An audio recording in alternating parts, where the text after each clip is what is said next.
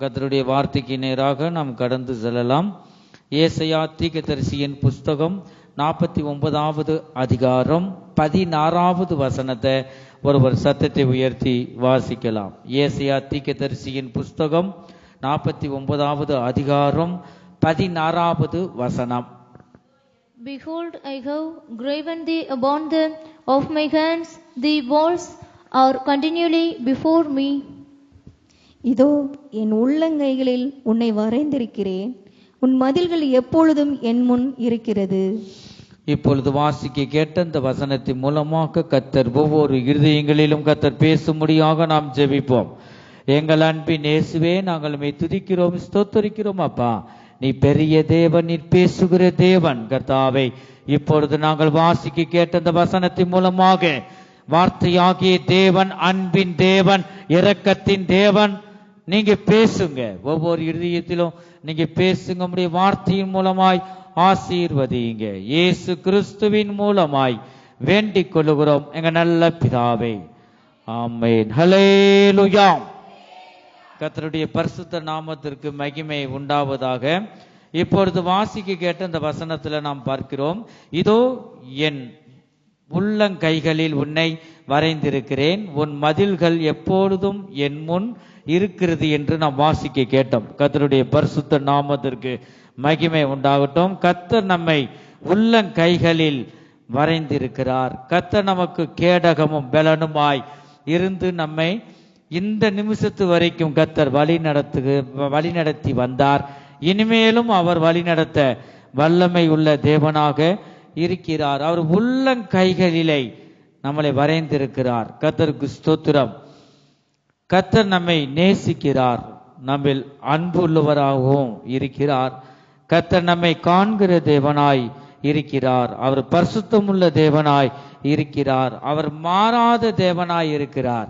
அவர் ஒரு வார்த்தை சொல்லிட்டா அதை நமக்கு நிறைவேற்றி தந்து நம்மளை பார்த்து அழகு பார்க்கிற தேவன். ஆகவே ஒருவரையும் அவர் வெறுமையாக விடுகிற தேவன் அல்ல. அவர் மாறாத தேவன், நேற்றும் இன்றும் என்றும் மாறாத தேவனாய் இருக்கிறார். அவர் நீதியின் ராஜாவாய் இருக்கிறார். அவர் உண்மையுள்ள தேவனாகவும் கூட இருக்கிறார். கர்த்தருடைய பரிசுத்த நாமத்திற்கு மகிமை உண்டாகட்டும். அவர் நம்மை உள்ளங்கைகளில் வரைந்திருக்கிறார்.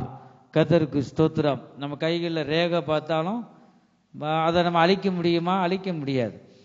பாருங்க, அவர் உள்ளங்கைகள் நம்மளை அத்தனை பேரையும் அவர் ஏற்றுக்கொண்ட அத்தனை பேரும் அவருடைய பிள்ளைகளாகும்படிக்கு நமக்கு அதிகாரத்தை தந்தார் என்று யோவான் சுவிசேஷத்தில் நாம் பார்க்கிறோம். ஆகவே நம்மை அவர் உள்ளங்கைகளில் வரைந்திருக்கிறார். எவ்வளவு பெரிய தெய்வமா இருக்கும். கர்த்தருக்கு ஸ்தோத்திரம்.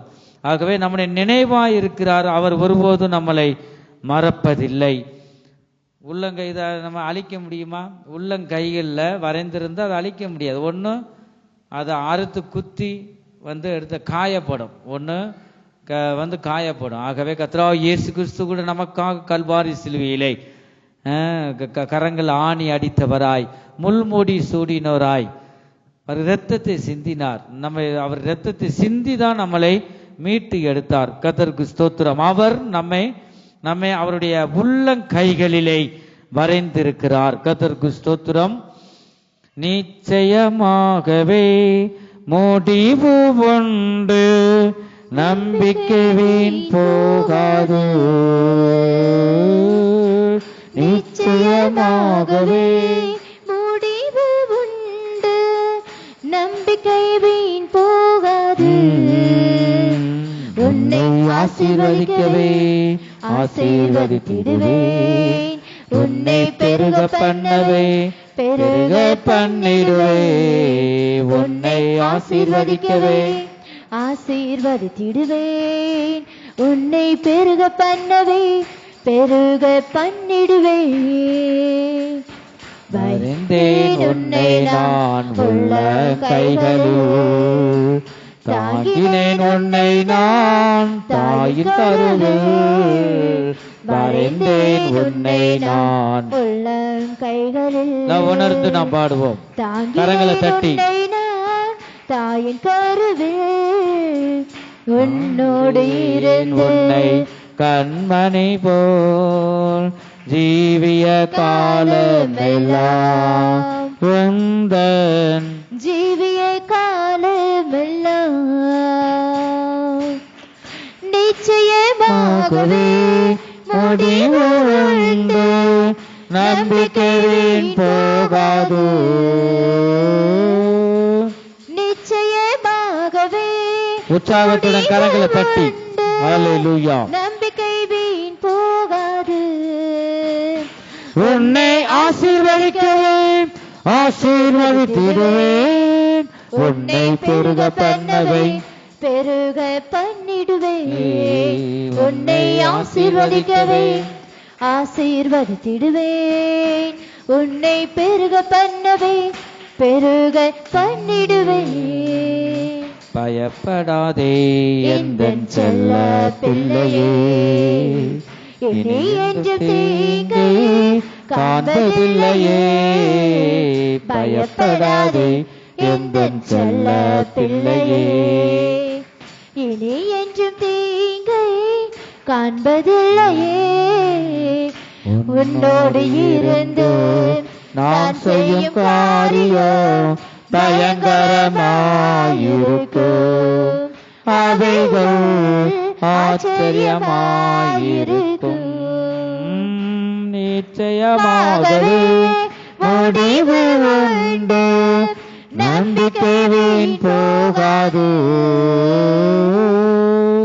நிச்சயமாகவே முடிவு உண்டு, நம்பிக்கை வீண் போகாது. உன்னை ஆசீர்வதிக்கிறேன், ஆசீர்வதித்திடுவேன், உன்னை பெருக பண்ணவை பெருக பண்ணிடுவேன். அல்லேலூயா. பாருங்க, வரைந்தேன் உன்னை நான் உள்ளங்கைகளில். நம்மளை வரைந்திருக்கிறார். ஆகவே நம்மளாம் பாக்கியம் உள்ள ஜனம்தான்.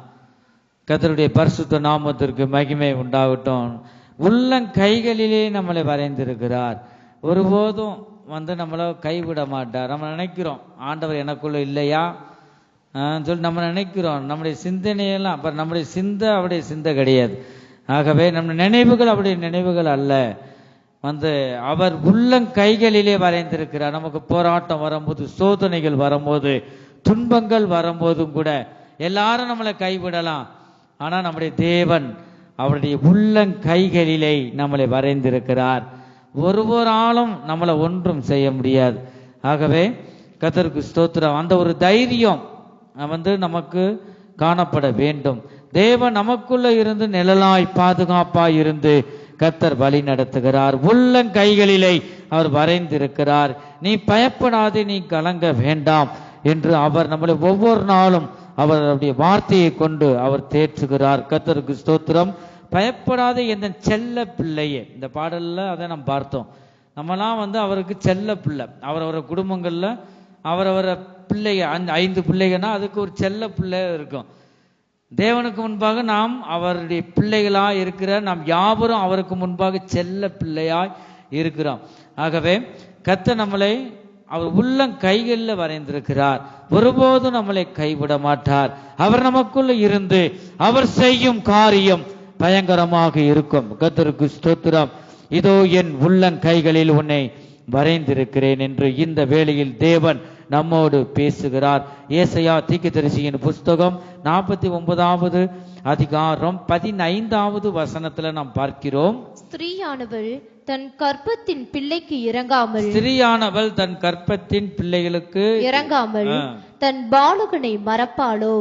அவர்கள் மறந்தாலும் கர்த்தர் அதான் சொல்றாரு. அவர்கள் மறந்தாலும். ஒரு சில வீடுகளில் பார்த்தா தாய் தகப்பேன் அவங்க தான் நம்மளை பெத்தாங்களான்னு கூட ஒரு சில பிள்ளைங்க நினைக்கிற அளவுக்கு ஆகும். கர்த்தருக்கு ஸ்தோத்திரம். சுயநலத்துக்காக பிள்ளைகளவே விலைக்கு விற்கிறவங்களும் இப்பையும் இருக்கிறாங்க. ஆகவே அவங்க கூட ஒரு நேரத்தில் கூட கஷ்டங்கள் வரும்போது எத்தனை பிள்ளைன்னு கூட கேட்டு பாருங்க, தெரியாது விரலை விட்டு எண்ணுவாங்க. சந்தேகமா பாருங்க. அப்படி அதை வேதம் சொல்லுது. பெத்த தாயோ எல்லாரும் என்ன செஞ்சிடறாங்க, அந்த தாய் தகப்பன் கூட மறந்தாலும் நான் உன்னை மறப்பதில்லை. அப்படிப்பட்ட தேவனை நாம் ஆராதிக்கிறோம். கர்த்தருடைய பரிசுத்த நாமத்திற்கு மகிமை உண்டாகட்டும். நம்முடைய தேவன் ஒருபோதும் மறப்பதில்லை. அவங்க பெத்து போட்டு அதுவாடுக்கு என்ன செய்யுங்க, சுகபோகமா வாழ்ந்துட்டு இருக்குங்க. பெத்த பிள்ளை எப்படி இருக்கு, அதோடைய தேவைகள் என்ன, ஒரு நாளாவது சந்திச்சிருப்பாங்களா? அநேக குடும்பங்கள் அப்படி பார்க்கிறோம். ஆனா தேவன் சொல்றாரு, அவங்க மறந்தாலும் நான் உன்னை மறப்பதில்லை, உன் நினைவா இருக்கிறேன் என்று அவர் சொல்லுகிறார். தாயை விட மேலான அன்புதான், அன்புள்ள தேவன்தாம் நம்முடைய தேவனாய் இருக்கிறார். கர்த்தருடைய பரிசுத்த நாமத்திற்கு மகிமை உண்டாகட்டும். ஏசாயா தீர்க்கதரிசியின் புஸ்தகம் 66வது அதிகாரம் 13வது வசனத்தை நாம் வாசிக்கும் பொழுது, ஒருவனை அவன் தாய் தேற்றுவது போல, ஒருவனை அவன் தாய் தேற்றுவதை போல் நான் உங்களை தேற்றுவேன், நான் உங்களை தேற்றுவேன், நீங்கள் எருசலேமிலே தேற்றப்படுவீர்கள், நீங்கள் எருசலேமிலே தேற்றப்படுவீர்கள் என்று நாம் வாசிக்கிறோம். ஹல்லேலூயா. கர்த்தருக்கு ஸ்தோத்திரம். ஒரு குழந்தை பாருங்களேன், என்னதான் அப்பாவோடு விளையாண்டாலும் என்னதான் இருந்தாலும் கரெக்டா என்னதான் தாயினுடைய அன்பு தான் மேலானது. கர்த்தருக்கு ஸ்தோத்திரம். என்னதான் அப்பாவுடைய பிள்ளையா இருந்தாலும் கொஞ்ச நேரம் விளையாடும், அதுக்கு ஒரு காயப்படும் போது தலைவலியோ அதுக்கு ஏதாவது வரும்போது என்னதான் சொல்லும், அம்மாந்தே ஓடி போய் அம்மாட்ட தான் போகும். ஏதாவது ஒரு சில பிள்ளை அப்பான்னு சொல்லும், ஒரு சில நேரங்களில் தாயிட தான் போகும். அதே இந்த இடத்துல பார்க்குறோம், ஒருவனை அவன் தாய் தேற்றுவதை போல. இப்ப தாயுடைய அன்பு மேலானது தான் பார்க்கிறோம். அதுக்கு மேலான அன்பு தான் நம்முடைய தேவன். தாயை போல உங்களை நான் தேற்றுவேன் என்று ஆண்டவர் இந்த கால வேளையில் அவர் பேசுகிறார். என் ஜனமே, யார் யார் உன்னை தேற்றலன்னா வேதனை உள்ள வார்த்தைகளை உன்னை நோக்கி பேசியிருக்கலாம், புண்படுற மாதிரி பேசியிருக்கலாம். ஆனா நம்முடைய கால வேளையில் தேவன் உன்னோடு அவர் பேசுகிறார். அவர் உன்னை தேற்றுகிற தேவனாய் இந்த வேளையில நம்மோடு அவர் பேசி கொண்டிருக்கிறார். கர்த்தருக்கு ஸ்தோத்திரம். என்னதான் அந்த பிள்ளைய அப்பாவின் பிள்ளைகளா இருந்தாலும் அப்பாவோடு விளையாண்டாலும் இந்த காய்ச்சலோ தலைவலியோ மற்ற கஷ்டங்கள் வரும்போது அம்மாவை நோக்கி போகிறதை நாம் பார்க்கிறோம். அம்மாவின் அன்பை தேடுகிறதை நாம் பார்க்கிறோம். கர்த்தருக்கு ஸ்தோத்திரம். தாயின் அன்பு மேலானது என்று கூட வேதத்துல பார்க்கிறோம். அதுக்கு மேலாகவே தாயை போல நான் உன்னை தேற்றுகிற தேவனாய் இருக்கிறேன். உனக்கு இன்னதென்று தேவை என்று நீ நினைப்பதற்கு முன்பாக நான் அறிகிற தேவனாய் இருக்கிறேன். நான் ஒரு நாள் உன்னை தேற்றி நடத்தின வல்லமையுள்ள தேவனாய் இருக்கிறேன் என்று இந்த கால வேளையில நாம் கர்த்தர் பேசுகிற வார்த்தையாய் இருக்கிறது. கர்த்தருக்கு ஸ்தோத்திரம். தாய் பக்கத்தில் இருந்தாலே பிள்ளைகளுக்கு ஒரு நல்ல ஒரு ஆறுதல். அநேக பிள்ளை தகப்பன்ட்ட இருந்தாலும் தூக்கி தூக்கி பார்க்க, ஐயோ கை வலிக்குதுன்னு சொல்லிட்டு டப்புன்னு கீழே போட்டு போயிடுவாங்க. அதே தகப்பன் தான்.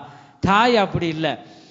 அதனாலதான் பிள்ளைய போனால் தாயிட்டு தான் அதிகமாக இருக்கும். தாயுடைய அன்பு அரவணைத்து பிள்ளைக்கு என்ன வேணும் சொல்லிட்டு பிள்ளை அழுதாலும் எதுக்காக அழுதுன்னு தகப்பனுக்கு கூட தெரியாது, தாய்க்கு தெரியும். அதனால தான் இந்த வேதத்தில் நாம் பார்க்கிறோம், ஒருவனே அவன் தாய் தேற்றுவது போல. அப்ப கர்த்தருக்கு ஸ்தோத்திரம்.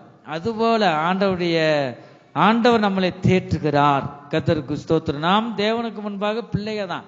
100 வயது ஆனாலும் 80 வயது ஆனாலும் நம்ம யாரு தான் தேவனுக்கு?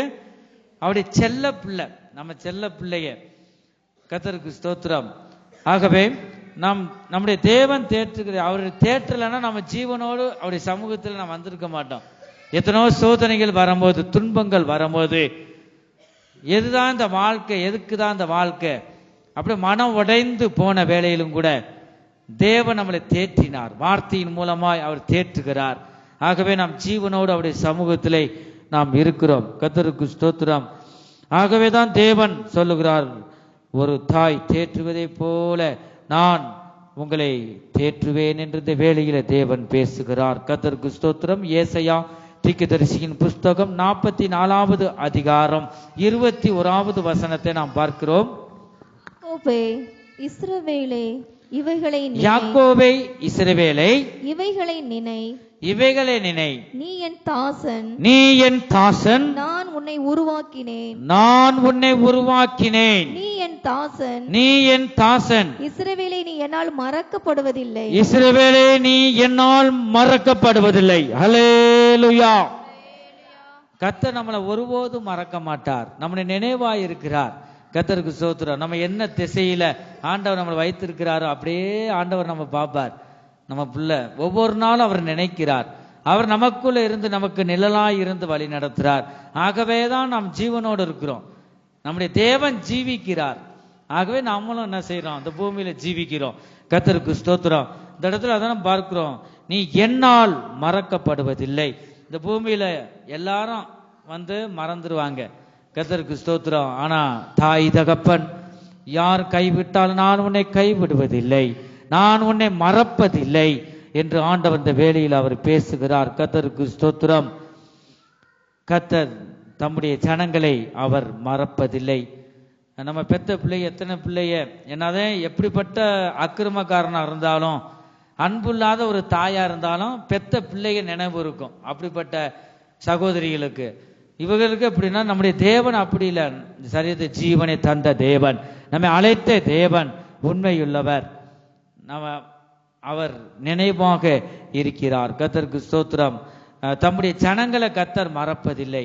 அவர் இன்ன பேர் சொல்லி அழைக்கிற தேவன் தான் நம்முடைய தேவன். நம்முடைய தேவன் பெயர் சொல்லி அழைக்கிற தேவன். ஒருபோதும் நம்மை மறப்பதில்லை. உனக்கு துன்பங்கள் வரும்போது, கஷ்டங்கள் வரும்போது, என் பிள்ளை என்னை விட்டு விலகி போகக்கூடாதே என்று அவருடைய கிருபை உன்னை தாங்கி வழி நடத்துகிறது. தேவனுடைய அன்பை விட்டு நீ விலகி போயிடக்கூடாது என்று இந்த வார்த்தையாகி தேவன் ஒவ்வொரு நாளும் உன்னோடு அவர் பேசுகிறார். அவருடைய அன்பிலை நிலைத்திருக்க அதுக்கேற்ற கிருபைகளை உனக்கு தருகிறார். தம்முடைய ஜனங்களை தேவன் மறப்பதில்லை. அவர் நினைவாயிருக்கிறார், நம்மளை நினைவு கூறுகிறார் என்று நாம் பார்க்கிறோம். கர்த்தருக்கு ஸ்தோத்திரம். தாவீது ராஜா அப்படிதான் நாம் சங்கீதத்தில் வாசிக்கிறோம். சங்கீத புஸ்தகம் 27வது சங்கீதம் 10வது வசனத்துல நாம் பார்க்கிறோம், என் தகப்பனும் என் தகப்பனும் என் தாயும் என்னை கைவிட்டாலும், என் தாயும் என்னை கைவிட்டாலும் கர்த்தர் என்னை சேர்த்துக் கொள்வார், கர்த்தர் என்னை சேர்த்துக் கொள்வார். ஹல்லேலூயா. கர்த்தருடைய பரிசுத்த நாமத்திற்கு மகிமை உண்டாகட்டும். அதே மாதிரி ஆட்டுக்குட்டி வளர்த்ததுனால இந்த நினைவு வருது. கர்த்தருக்கு ஸ்தோத்திரம். ரசித்து நாங்கள் வளர்ப்போம். என்னதான் பணம் காசு இருந்தாலும் இந்த ஆடு ஜீவன், அது அழகா. அப்போ கர்த்தருக்கு ஸ்தோத்திரம். அது பாருங்களேன், ஒரு 4 குட்டி 5 குட்டியெல்லாம் அப்படி ஆடுதான் நாங்கள் வளர்ப்போம். அப்படி இருக்கும்போது அதில் ஒரு தாய் செத்து போச்சு. புல்லு மேய வைக்கும் கயிறில் கட்டி அதில் சிக்கி எப்படி செத்து போச்சு. சரியான வெயில். நான் வேலையை பார்த்துட்டு மறந்துட்டேன். அதுக்கு 3 குட்டி இருந்தது. மூணு கெடா குட்டி தான். ஐயோ என்னடா செய்யன்னு சொல்லிட்டு இப்படி விரைச்சி போய் ஊதி போய் கிடந்துச்சு. கொஞ்ச நேரத்தில் இந்த 3 குட்டியை வளர்க்கணுமே, என்ன செய்யறதில்ல. வேற ஆட்டில் அந்த பால் குடிக்க விட்டு அது உதையுது. என்னடா அப்படி செய்தே சொல்லிட்டு பாருங்க, அது பிறகு பாட்டில் பால் தான் நாங்கள் கொடுத்தோம். கர்த்தருக்கு ஸ்தோத்திரம். அது தாவீது ராஜா சொல்றாரு, என் தாயும் தகப்பனும் என்னை கைவிட்டாலும், அது தாய் செத்து போச்சு பாருங்க, கைவிட்டுருச்சு. இந்த பிள்ளை எப்படி வளரும்? அது பிறந்த குட்டி. கர்த்தருக்கு ஸ்தோத்திரம். அது எப்படி ஆனா ஆண்டவர் கைவிடலை. அது ஒரு ஜீவன் தான். அப்படி இல்லைன்னா ஒவ்வொரு ஆடு பால் கொடுக்கும், அதுல அப்படியே வளரும். அநேகரை நம்ம இந்த இடத்துல பார்க்கிறோம், அநேக இடங்கள்ல. அதுபோல தாவீது சொல்ற, என் தகப்பனையும் தாயும் என்னை கைவிட்டாங்கப்பா, என்னை கைவிட்டாலும் கர்த்தர் என்னை சேர்த்துக் கொள்வார். என்னை அழைத்த தேவன் நீர் ஒருவர் இருக்கீங்க, அது போதும். என்னை நீ ஒருபோது நீ கைவிட மாட்டீங்க, என்னை அரவணைப்பீங்க, என்னை தேற்றி சோதனைகள் வரும்போது இந்த சோதனையிலிருந்து தப்பிக்க வழியே இந்த போக்கையை நீங்க உண்டு பண்ணுவீங்க. நீங்க கைவிடாத தேவனாய் முடிவு பரியந்தம் கடைசி வரைக்கும் எனக்குள்ள நீங்க இருக்கீங்க. இந்த தாவீது பாருங்க, ஒரு ராஜாவா இருந்தாலும் அவர் சொல்ற, என் தகப்பனும் என் தாயும் என்னை கைவிட்டாலும் பரவாயில்ல, ஆனா கைவிட்டுருவாங்க ஒரு நாள். கர்த்தர் நீர் என்னை சேர்த்து கொள்ளுகிற தேவன், நீர் கடைசி வரைக்கும் என்னை கைவிடாத தேவன். அநேக பார்க்கிறோம். கர்த்தருக்கு ஸ்தோத்திரம். அநேக ஆடு மாடுகளையும் கூட பார்க்கிறோம். அப்படி வரும்போது இந்த குட்டிகள்லாம் கத்தும் பசியில. கர்த்தருக்கு ஸ்தோத்திரம். அந்த இடத்துல நம்முடைய தேவன் ஆதரிக்கிற தேவனாய் இருக்கிறார். திக்கற்ற பிள்ளைகளுக்கு தேவனே சகாயமாய் இருக்கிறார். நான் உன்னை மறப்பதில்லை என்று சொல்லுகிற மனிதர்கள் கூட ஒரு நாளும் மறந்துடுவாங்க. நான் உன்னை கைவிட மாட்டேன், கடைசி வரைக்கும் உன்னை பார்த்துக்கிறேன். அநேகரை நாம் பார்க்கிறோம், கடைசி வரைக்கும் நான் பார்த்துக்கிருவேன், உன் மேல அவ்வளோ அன்பு வச்சிருக்கிறேன். அநேகரை நாம் பார்க்கிறோம். கல்யாணம் பண்ணும் போது மனைவியை நோக்கி சொல்லுவாங்க அப்படி இப்படின்னு. நாட்கள் போக போக அந்த அன்பெல்லாம் தனிந்து போகிறத பார்க்கிறோம். அவங்க கடைசி மறந்தே போயிடுவாங்க. அதே ஆண்டவர் சொல்றார், நான் உன்னை மறப்பதில்லை என்று அவர் சொல்லுகிறார். அநேக மனிதர்களும் கூட நம்ம சொல்லலாம், சுவாசமுள்ள மனுஷனை நம்பப்படுவதற்கு அவன் எம்மாத்திரம் என்று வேதம் சொல்லுகிறது. அந்த மனிதர்கள் கூட மறந்து போய்விடலாம், உறவினர்கள் மறக்கலாம், நண்பர்கள் கூட உன்னை மறந்து விடலாம். கர்த்தர் நம்மை ஒருபோதும் மறப்பதில்லை. நம்மை உருவாக்கினவர் ஒருபோதும் நம்மை மறப்பதில்லை. அவர் தாயை போல தேற்றி அரவணைக்கிற தேவன் நம் மத்தியிலே இருக்கிறார். தாய் போல தேற்றி தந்தை போல ஆற்றி தோள் மீது சுமந்திடும் என் இயேசையா. தாய் போல தந்தை போல நேசம் ஒரு தோழன் போல சுமந்து கொண்ட என் இயேசையா. உம்மை போல புரிந்து கொள்ள யாரும் இல்லையே, உம்மை போல அரவணைக்க யாரும் இல்லையே. உம்மை போல புரிந்து கொள்ள யாரும் இல்லையே, உம்மை போல அரவணைக்க யாரும் இல்லையே. நீர் போதும் என் வாழ்விலே. உண்மையாக நாம் சொல்லுவோம், நீர் போதும் என் வாழ்விலே, நீர் போதும் என் வாழ்விலே. இயேசுயா நீர் போதும் என் வாழ்விலே. ஹல்லேலூயா. அவர் பாருங்களேன், தாய் போல தேற்றி. இந்த பாடல் எழுதினவர் உணர்ந்து, ஒருவேளை இந்த தாயுடைய அன்பு கூட இல்லாம போயிருக்கலாம், கைவிடப்பட்ட நிலையில கூட இந்த அன்பு, தகப்பனுடைய அன்பு, தாயினுடைய அன்புக்கு ஏங்கி இருந்திருப்பார்னு நினைக்கிறேன். தாய் போல தேற்றி தந்தை போல ஆற்றி. நம்முடைய தேவன் தகப்பனுக்கு தகப்பனாய், தாய்க்கு தாயை போல அவர் என்ன செய்கிறார், நம்மளை ஒவ்வொரு நாளும் தேற்றுகிறார். தாய் போல தேற்றி தந்தை போல ஆற்றி தோள் மீது சுமந்திடும் என் இயேசையா. கர்த்தருக்கு ஸ்தோத்திரம். அவர் பாருங்க, தோள் மீது போட்ட எப்படிப்பட்ட பிள்ளைகள் இருந்தாலும் ஆறுதல் ஆகும். கர்த்தருக்கு ஸ்தோத்திரம். அப்படி பாருங்க, நான் அப்படிப்பட்ட தோள் மீது வந்து சுமந்திடும் நம்முடைய இயேசப்பா ஒருபோது நம்மளை மறப்பதில்லை. உம்மை போல புரிந்து கொள்ள யாரும் இல்லையே. ஒரு மனிதனும் கூட இந்த பூமியில நம்ம மனசை புரிந்து கொள்ளவே முடியாது. கணவனோ ஊழியர்களோ பாஸ்டர்களோ இந்த பூமியில் இருக்க எந்த மனிதனாலும் ஒரு மனிதனுடைய இருதயத்தை புரிந்து கொள்ள முடியாது. நம்முடைய சூழ்நிலை நமக்கு தான் தெரியும், நம்முடைய கஷ்டங்கள் எல்லாம் நமக்கு தான் தெரியும். ஆனா நம்முடைய கஷ்டங்கள் எல்லாவற்றையும் அறிகிற தேவன் ஒருவர் நம் மத்தியில் அவரை பேசுகிறார். அவர் தேவன் ஒருவரே நம்மளை புரிந்து கொள்ள முடியும், மனிதனால ஒன்று புரிந்து கொள்ள முடியாது. உண்மை இந்த இடத்துல நாம் பார்க்க, உண்மை போல புரிந்து கொள்ள யாரும் இல்லையே. என் மனசை ஒரு மனிதனாவது புரிந்து கொள்வார்களா என்று நான் பார்க்கிறேன், யாரும் புரிந்து கொள்ளல. அவர் நம்ம இருதயத்தை ஆராய்கிற தேவன் பாருங்க, அவர் தான் நம்ம இருதயத்தை புரிந்து கொள்ளுகிற தேவன். உம்மை போல் அரவணைக்க அந்த பூமியில யாரும் இல்லையே. இந்த பாடல் அருமையான பாடல். நீர் போதும் என் வாழ்விலை, ஏசப்பா நீர் போதும் என் வாழ்விலை என்று நாம் பார்த்தோம். மலையை போல துன்பங்கள் நம்மை சூழ்ந்து வந்த போதும் கூட அவர் ஒன்றுமில்லாம வந்து கர்த்தர் நிர்மூலமாக்கி போட்டு கர்த்தர் நமக்கு துணை நின்றாரே. எத்தனை பேர் நாம் உணர்ந்து நாம் பாட முடியும். கண்மணி போல நம்மளை பாதுகாத்தாரே. மலை போல துன்பம் என்னை சூழும் போது பனி போல உருகிட செய்பவரே. மலை போல துன்பம் என்னை சூழும் போது அதை பனி போல உருகிட செய்பவரே. கண்மணி போல என்னை காப்பவரே. உள்ள கையில் பொறிந்த என்னை நினைப்பவரே. கண்மணி போல என்னை காப்பவரே.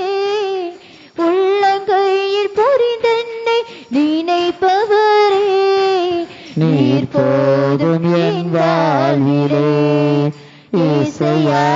நீர் போதும் என் வாழ்விலே, நீர் போதும் என் வாழ்விலே. இயேசுயா நீர் போதும். ஹல்லேலூயா. பாருங்க, அவர்தான் மலையை போல துன்பம் வரும்போது, கடன் பிரச்சனை வந்தாலுமே சொந்தம் வந்தோம்னா பார்த்துட்டு பார்க்காத மாதிரி போயிடுவாங்க. அதான் மனிதர் தான். மலையை போல துன்பங்கள் வந்தாலும் சோதனை வரும்போதும் கூட மனுஷ துணை நிற்க மாட்டாங்க, நமக்கு விலைக்கு ஓடி போயிடுவாங்க. கர்த்தர் ஒருவரே நமக்கு துணை நின்று அவர் வழி நடத்துகிற தேவன். அந்த பிரச்சனை ஒண்ணுமில்லாம பொடி பொடியாய் ஒண்ணுமில்லாம அகற்றுகிற தேவன் தான் நம்முடைய தேவன். கண்மணி போல நம்மை காப்பவர். அவர் அவருடைய உள்ளங்கைகளிலே நம்மளை வைத்து நம்மளுடைய நினைவாய் இருக்கிற தேவன். நான் உன்னை என்னுடைய உள்ளங்கைகளிலே நான் வரைந்திருக்கிறேன் என்று இந்த வேளையில் ஆண்டவர் பேசுகிறார். கர்த்தர் உன்னை தேற்றுகிறார், கர்த்தர் உன்னை ஆதரிக்கிறார், கர்த்தர் உன்னை பலப்படுத்துகிறார், கர்த்தர் உன்னை நேசிக்கிறார், கர்த்தர் உன் நினைவாய் இருக்கிறார். கர்த்தர் உன்னை ஒருபோதும் மறப்பதில்லை, அவர் உன்னை கைவிட மாட்டார்.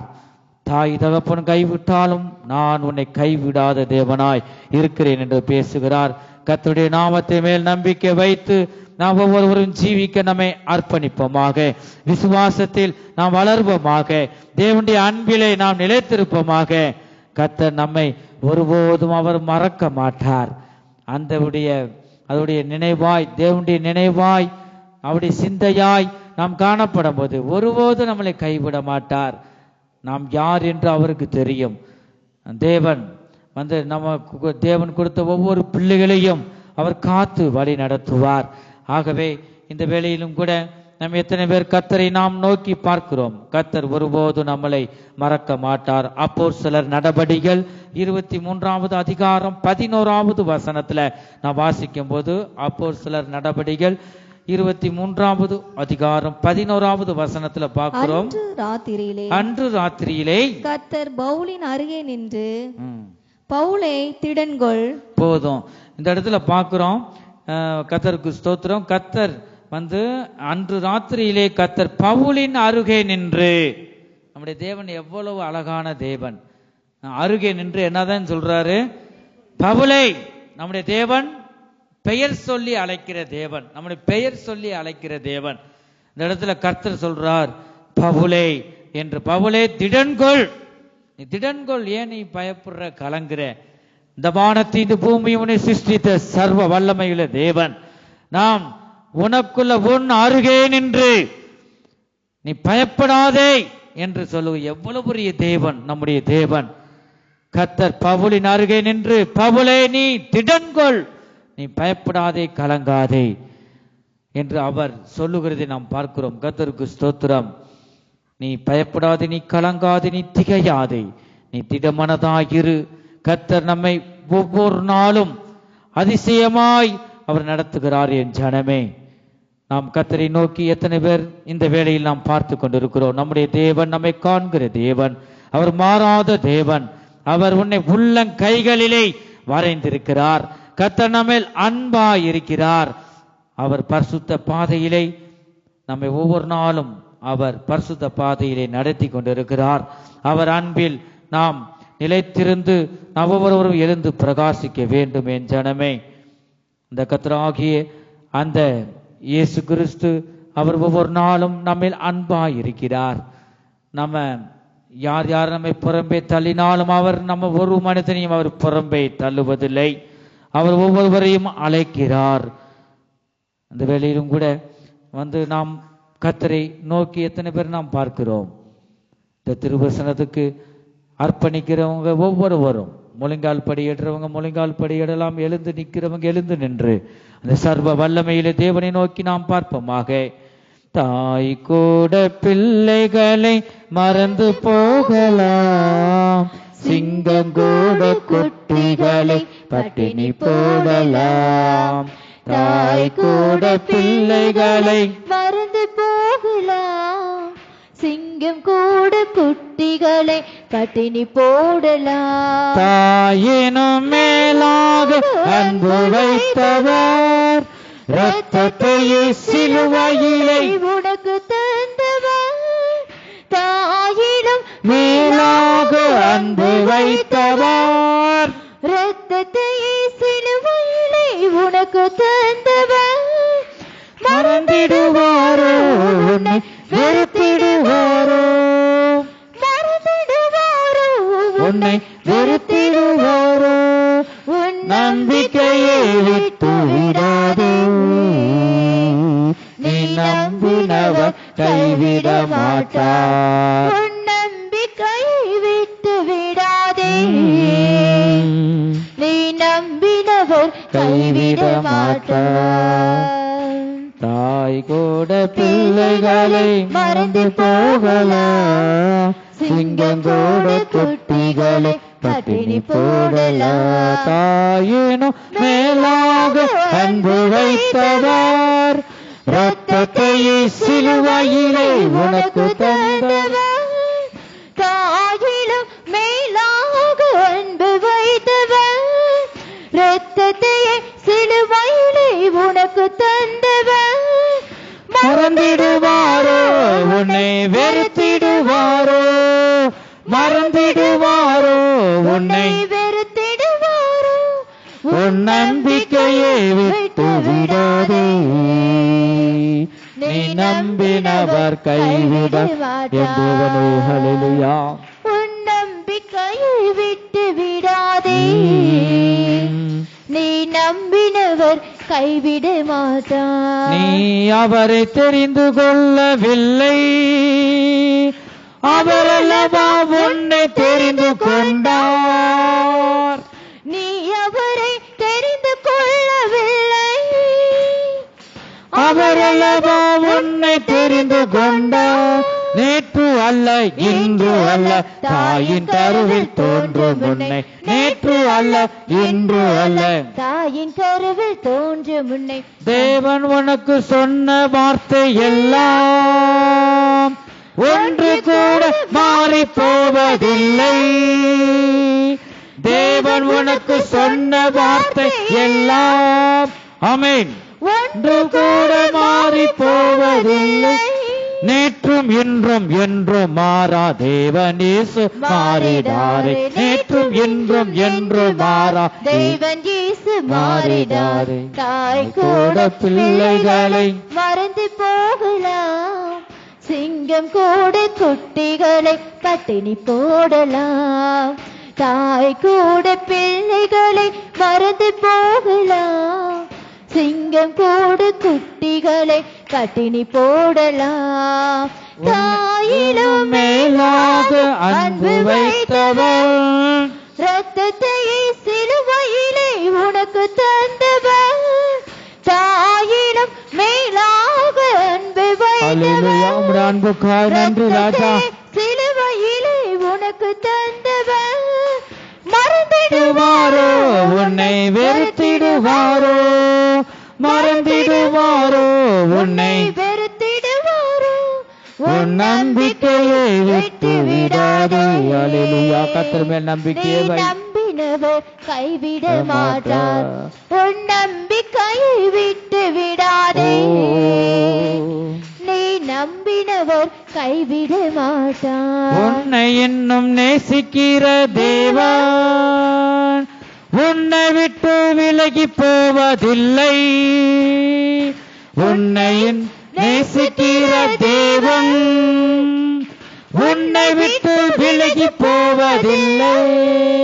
நித்தம் உன்னை நடத்திடுவார், நித்தியத்தில் சேர்த்திடுவார். நித்தம் உன்னை நடத்திடுவார், நித்தியத்தில் சேர்த்திடுவார். தாய் கூட பிள்ளைகளை மறந்து போகலாம், சிங்கம் கூட குட்டிகளை பட்டினி போடலாம். தாய் கூட பிள்ளைகளை மறந்து போகலாம், சிங்கம் கூட குட்டிகளை பட்டினி போடலாம்.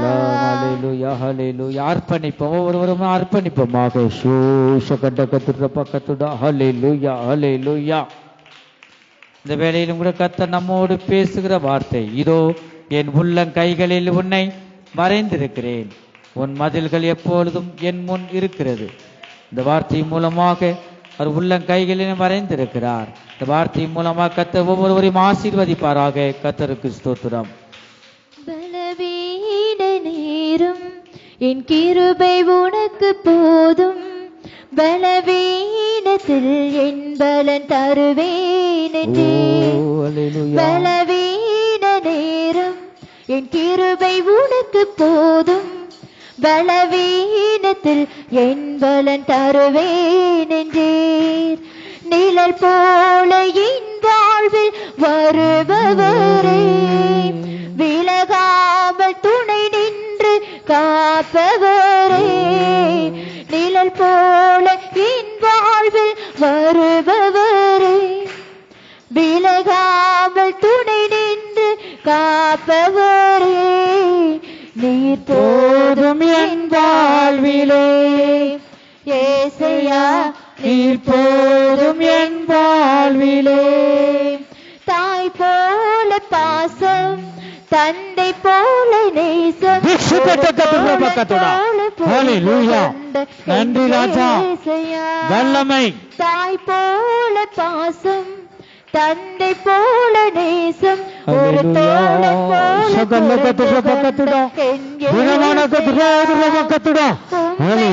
வல்லமை கொண்டது யாருமில்லையே. உம்மை போல அரவணைப்பதும் யாருமில்லையே.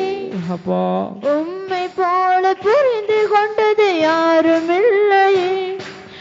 உம்மை போல அரவணைப்பதும் யாருமில்லையே. நீர் போதும் என் வாழ்விலே ஏசையா. ஒவ்வொருவரும் அர்ப்பணிப்போம். வாழ்விலே நீர் போதும் என் வாழ்விலே ஏசையா, நீர் போதும் என் வாழ்விலே. ஹல்லேலூயா ஹல்லேலூயா ஹல்லேலூயா. வல்லம வல்லம வல்லம ஷகல்லக துர்ரபகதுடா. ஹல்லேலூயா ஹல்லேலூயா. மகிமை தேவனுக்கே மகிமை உண்டாவதாக. நீ தேற்றுகிற தேவன், அரவணைக்கிற தேவன். ஓ சுகதகதரமகதிட. ஹல்லேலூயா ஹல்லேலூயா ஆண்டவரே. ஆமென். கர்த்தர் தாமே இந்த வேளையில் அவர் பேசின ஜீவனுள்ள வார்த்தைகளுக்காக நம் கரங்களை தட்டி கர்த்தரை ஸ்தோத்திரிப்போம். சுத்திரம் சுத்திரம் சுத்திரம் சுத்திரம் சுத்திரம் சுத்திரம் சுத்திரம். எல்லா துதி கன மகிமையும் பிதா குமாரன் பரிசுத்த ஆவியானவருக்கே கொடுத்து கர்த்தரை ஸ்தோத்திரிப்போம். சுத்திரம் சுத்திரம் சுத்திரம் சுத்திரம் சுத்திரம் சுத்திரம் சுத்திரம். எங்கள் அன்பின் இயேசுவே, நாங்கள் மே துதிக்கிறோம், ஸ்தோத்திரிக்கிறோம் அப்பா. ஆரம்பம் முதல் முடிவு வரை ஒவ்வொரு பகுதியிலும் நீங்க நடத்தி தந்தபடி கிருபைகளுக்காக ஸ்தோத்திரம். இந்த வேளை நீர் எங்களோடு பேசின உடைய வார்த்தைகளுக்காக ஸ்தோத்திரம். இதோ என் உள்ளங்கைகளில் உன்னை வரைந்திருக்கிறேன் என்று நீங்களோடு பேசினீங்களே, உமக்கு ஸ்தோத்திரம். நன்றி ராஜா. கர்த்தாவே, வந்திருக்கிற ஒவ்வொருவரையும் ஆண்டவரின் வார்த்தையின் மூலமாய் ஒவ்வொருவரையும் நீங்க பேர் பேராய் ஆசீர்வதித்தபடியால் ஸ்தோத்திரம். ஒவ்வொருவரையும் நீங்க காத்து வழி நடத்துங்க ஆண்டவர். எல்லா தேவைகளையும் தந்து நீங்க வழி நடத்துங்க, ஆசீர்வதிங்க. கடைசி எக்கால சத்தம் கேட்கும் போது உண்மை சந்திக்க எங்களை ஒவ்வொருவரையும் ஆண்டவரை தகுதிப்படுத்துங்க ஆண்டவரை ஸ்தோத்திரம். எல்லா தேவைகளையும் தந்து வழி நடத்துங்க. எல்லா துதி கன மகிமையும் உமக்கே செலுத்துகிறோம். இயேசு கிறிஸ்துவின் மூலமாய் வேண்டிக் கொள்ளுகிறோம் எங்க நல்ல பிதாவே, ஆமென். தொடர்ந்து நாம் சொல்லுவோம், என் ஆத்துமாவே கர்த்தரை ஸ்தோத்திரி, என் முழு உள்ளமே அவருடைய பரிசுத்த நாமத்தை ஸ்தோத்திரி. என் ஆத்துமாவே கர்த்தரை ஸ்தோத்திரி, அவர் செய்த சகல உபகாரங்களையும் மறவாதே. ஆமென். கர்த்தராகிய இயேசு கிறிஸ்துவினுடைய கிருபையும் தேவனுடைய அன்பும் பரிசுத்த ஆவியுடைய ஐக்கியமும் அவருடைய பாதுகாவலும் நம் அனைவரிடம் கூட என்றென்றைக்கும் சதா காலங்களிலும் இருப்பதாக. ஆமென். ஹல்லேலூயா ஹல்லேலூயா ஹல்லேலூயா.